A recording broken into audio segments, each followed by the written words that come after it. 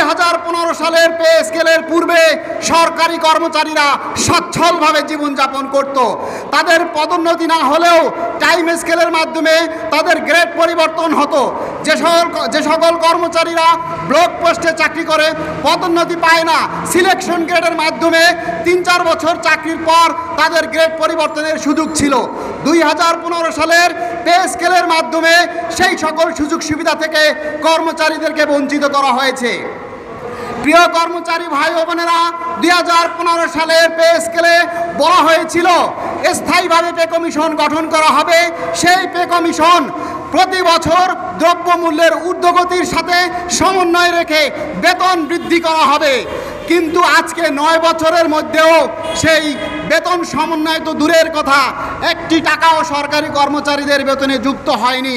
এই 9 বছরে আপনারা দেখেন প্রতিটি দ্রব্যের, প্রতিটি পণ্যের, মানুষের যে নিত্য পণ্যের যে কাঁচামাল, যে দ্রব্যগুলি রয়েছে, প্রতিটা দ্রব্যের কয়েকটি ধাপে ধাপে বৃদ্ধি পায়। আপনারা জানেন সয়াবিন তেল কত টাকা কেজি ছিল, আর সেই সয়াবিন তেল আজকে কত টাকা এসেছে। পেঁয়াজ, আলু, কাঁচা তরকারি যত কিছু আছে সব কিছু পণ্য আজকে মানুষের ক্রয় ক্ষমতার বাইরে। আপনারা জানেন বর্তমানে দেশ আগাচ্ছে, দেশ উন্নয়ন হচ্ছে, মিডল ইস্ট কান্ট্রিতে পরিণত হচ্ছে।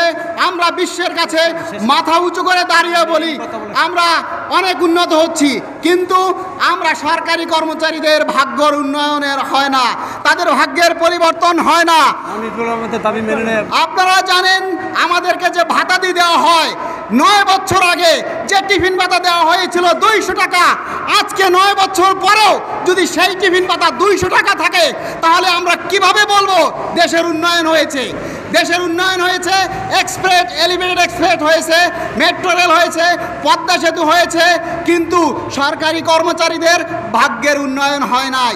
আজকে 200 টাকায় আপনি দেখেন এই প্রচণ্ড গরমে আপনি রাস্তার পাশে দাঁড়িয়ে 1 গ্লাস পানি যদি খান আপনাকে 10 টাকা লাগবে। আর আজকে দেখেন যে শিক্ষা পদ্ধতিতে স্কুল কলেজে শিক্ষা মাসিক বেতনের সাথে সমস্ত স্কুল কলেজে বাধ্যতামূলক কোচিং চালু হয়েছে। যে কোচিংগুলি বন্ধ করার কথা শিক্ষা মন্ত্রণালয়ের, তারা সে শিক্ষা পদ্ধতি বন্ধ করছে না। কিন্তু আজকে আমাদের যে শিক্ষা ভাতা দেওয়া হয় নাম মূল্যে, সেই শিক্ষা ভাতা দিয়ে আমাদের 2 সন্তানকে শিক্ষা দেওয়া কোনোভাবেই সম্ভব না। তাই মাননীয় প্রধানমন্ত্রীর কাছে আমাদের সকল কর্মচারীদের পক্ষ থেকে আমরা সবিনয় অনুরোধ জানাচ্ছি, দেশের উন্নয়নে সরকারি কর্মচারীরাও অংশীদার রয়েছে।